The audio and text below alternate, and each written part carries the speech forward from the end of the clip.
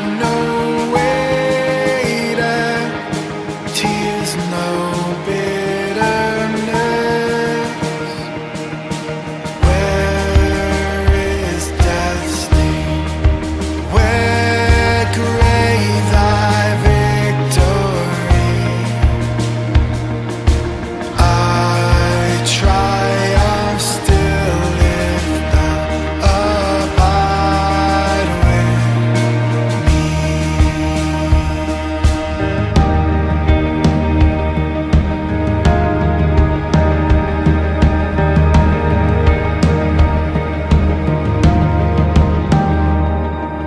Hold thou thy cross before my closing eyes. Shine through the gloom and point me to the skies. As morning breaks and earth's faint shadows flee, in a life in death, the Lord abide with me.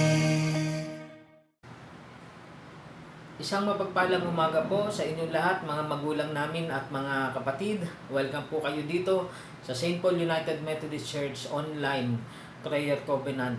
Purihin po ang Panginoon at nawa ay nasa maayos po kayong kalagayan sa pagkalipas po ng mga bagyo na ating pinagdaanan noong nakaraang linggo. Ang mga talata po na ating pagbubulay-bulayan sa umagang ito ay matatagpuan sa kwento ayon kay Ruth sa kabanatang 1, mga talatang 1 hanggang 5. Nang ang Israel ay pinamumunuan pa ng mga hukom, nagkaroon ng tagutom sa buong bayan. Kaya't ang mag-asawang Elimelech at Naomi na mga taga Bethlehem, Huda ay pansamantalan munang nanirahan sa Moab, kasama ang kanilang mga anak na sina Malon at Kelion. Ang pamilyang ito ay mula sa angka ng Ephrata. Namatay sa Moab si Elimelech at naiwang byuda si Naomi. Ang dalawa nilang anak ay nakapag-asawa naman ng mga Moabita, sina Orpa at Ruth. Ngunit pagkalipas ng mga 10 taon, namatay rin sina Malon at Kelion, kaya't si Naomi ay naulila sa asawa at mga anak. Katulad po ng nakaraang bagyo ay meron ding bagyo na pinagdaanan sa pamamagitan naman po ng tagutom sa pagsisimula ng kwento ng aklat ni Ruth. At ito pong kwentong pong ito ay isang pangingibang bayan o pangingibang bansa ng isang pamilya dahil sa tagutom noon sa Israel. At napunta nga po sila doon sa Moab. At panibagong bagyo po ang dumating sa buhay ng pamilya. Namatay po ang asawang lalaki ni Naomi na si Elimelech. At sa mga, bagamat nakapag-asawa pa, yung kanilang dalawang anak na sina Malon at Kelion, ngunit pagkaraan po ng mga 10 taon ay namatay din po ang dalawang anak ni Naomi at sila po ay nakapag-asawa pa na sina Ruth at Orpa, ang kanilang mga naging asawa. May mga bagyo na kung saan ay dumaan sila sa tagutom kaya't napilitan silang pumunta ng ibang bansa, ng ibang lugar from Israel to Moab ang pamilya po na ito upang maaaring makasurvive, makahanap ng ibang kabuhayan dahil po sa tagutom noong mga panahon po na iyon. At wala pong binanggit kung ano pong ikinamatay ni Elimelech at ng kanilang mga anak na lalaki. Wala pong binanggit kung ano pong nangyaring karamdaman o kung ano yung nangyaring karamdaman o kung ano man yung aksidente na nangyari po sa kanila. Wala pong binanggit. At napakalungkot po para sa isang byuda na katulad po ni Naomi. Byuda na siya, nauna pa yung kanyang dalawang anak na lalaki na namatay noong mga panahon po na iyon. At siya nakakaalam po ng kwento sa mga basa na po ng kwentong ito, nakabuuan ng kwentong ito. Bagamat ito po ay sa simula na ating inuumpisahan ng ating pagbubulay-bulay, ay dumaan sa mga bagyo ng pagsubok ng buhay ang pamilyang ito. At naiwan po ang isang nagngangalang nanay, asawa, biyanan na si Naomi at ang kanyang dalawang mga manugang. Sa bandang huli po ng kwentong ito, kung maalala po natin, ay bumalik po siya, nagdesisyon po siya na bumalik po ng Israel. At ang sumama nga po sa kanya ay kanyang manugang na si Ruth. Sa buhay po natin, lalong-lalo na yung mga may asawa, napakapalad po yung may mga mabubuting manugang o mapalad din yung may mga mabubuting biyanan, no? Sa gitna man ng kanilang pagdadalamhati, kalungkutan na pinagdaraanan na iyon, ay nanatili pong magkasama sila. At sa loob po ng ilang panahon na nagdesisyon na si Naomi na bumalik sa kanyang bayan, ay meron po siyang naging tapat na manugang na hindi po bumitaw, umiwan sa kanya. At iyon nga po ay si Ruth, na kung saan ay nagpatuloy na makisama sa kanyang biyanan. At naging maganda, naging maayos naman po ang kanilang naging buhay pagbalik po nila ng Israel. Makikita po natin yung sa gitna at kabila ng mga bagyo ng buhay, napakasarap po na mayroong kasama, karamay, nagpapalakas ng loob, nagpapatatag. Katulad po ng mga pinagdaanan po natin noong nakaraang linggo sa bagyo na dumaan po dito sa ating bansa. Lahat po tayo nag-aalala sa pamilya po natin. Kahit nga kasama natin, nag-aalala po tayo. Lalong-lalo na yung mga kababayan, kakilala, mga kapatid sa pananampalataya na naroon po sa risk na lugar, risky na lugar. Katulad po ng mga malalapit sa dagat, sa ilog, na kung saan ay nag-aalala rin po tayo sa kanila. O kung minsan kahit kasama mo na sa bahay, nakapamilya, ay nag-aalala ka pa rin sa kung ano yung pwedeng mangyari.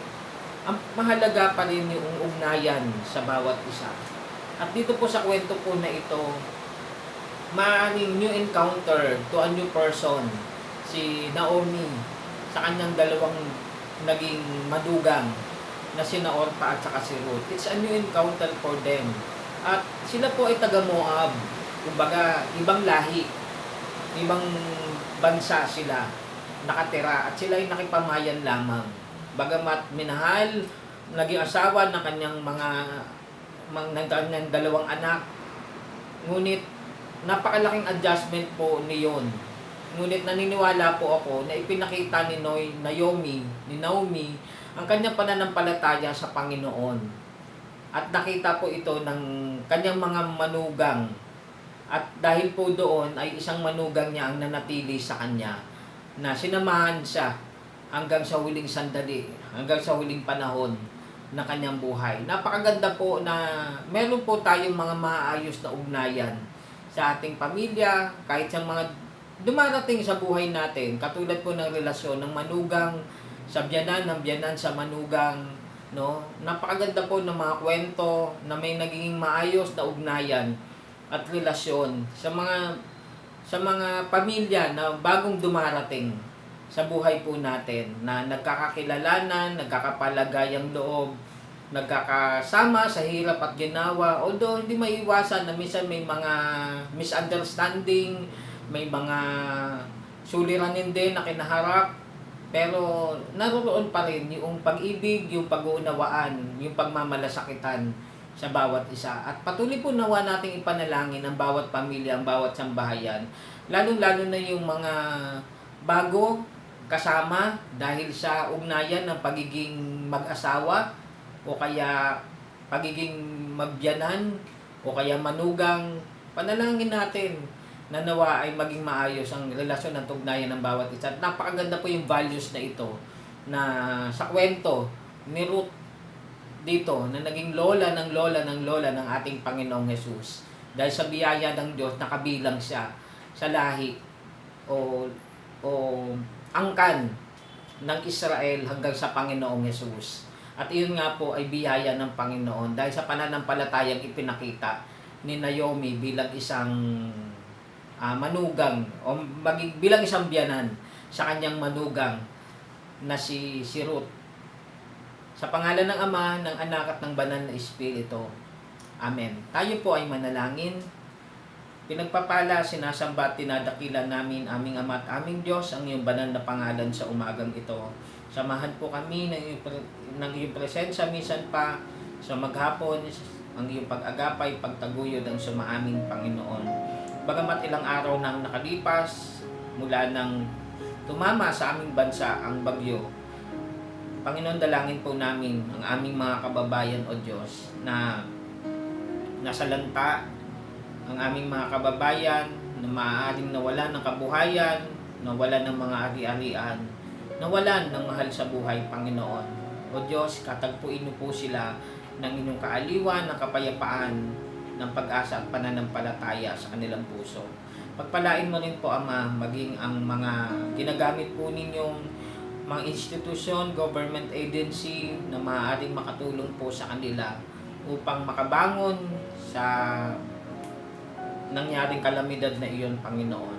O Diyos, kami na nananalangin at patuloy, O Diyos, na tumutulong din sa iba't ibang kaparaanan bilang simbahan, bilang inyong malingkod, Panginoon, para sa aming mga kababayan. At sa ganitong diwa ng aming pananalangin, Panginoon, dalangin po namin, O Diyos, na gabayan, samahan, tulungan niyo po sila, Panginoon, ng higit, O Diyos, sa mga iniisip at kaparaanan lamang namin bilang tao, mahigit po kayong plano pa rin na makakabuti sa aming mga kababayan, maging sa sila na naaabot ng tinig at ng mensahe ng panalangin na ito, Panginoon. Dalangin namin, O Diyos, ang patuloy ng mga ugnayan na maging maayos, maging tapat, patuloy na magibabaw ang pag-ibig, ang pagmamalasakitan, ang pangunawa, Panginoon, sa aming pamilya, sa kabuuan ng aming pamilya, O Diyos. Lalong-lalo na sa relasyon ng manugang, ng biyanan sa manugang. Dalangin ko po, Panginoon, na maging maayos ang lahat sa kabila man ng mga pinagdaraan ng mga pagsubok. Pinagpapala ka namin sa umagang ito, Panginoon. Dalangin po namin minsan pang yung paggabay, pangunguna at pag-iingat sa amin sa araw na ito. Binabalik namin sa inyo, aming Ama at aming Diyos, ang pinakamataas na papuri, pagsamba at pagpapasalamat. Alang-alang kay Jesus na aming Diyos, ito po ang aming panalangin. Amen.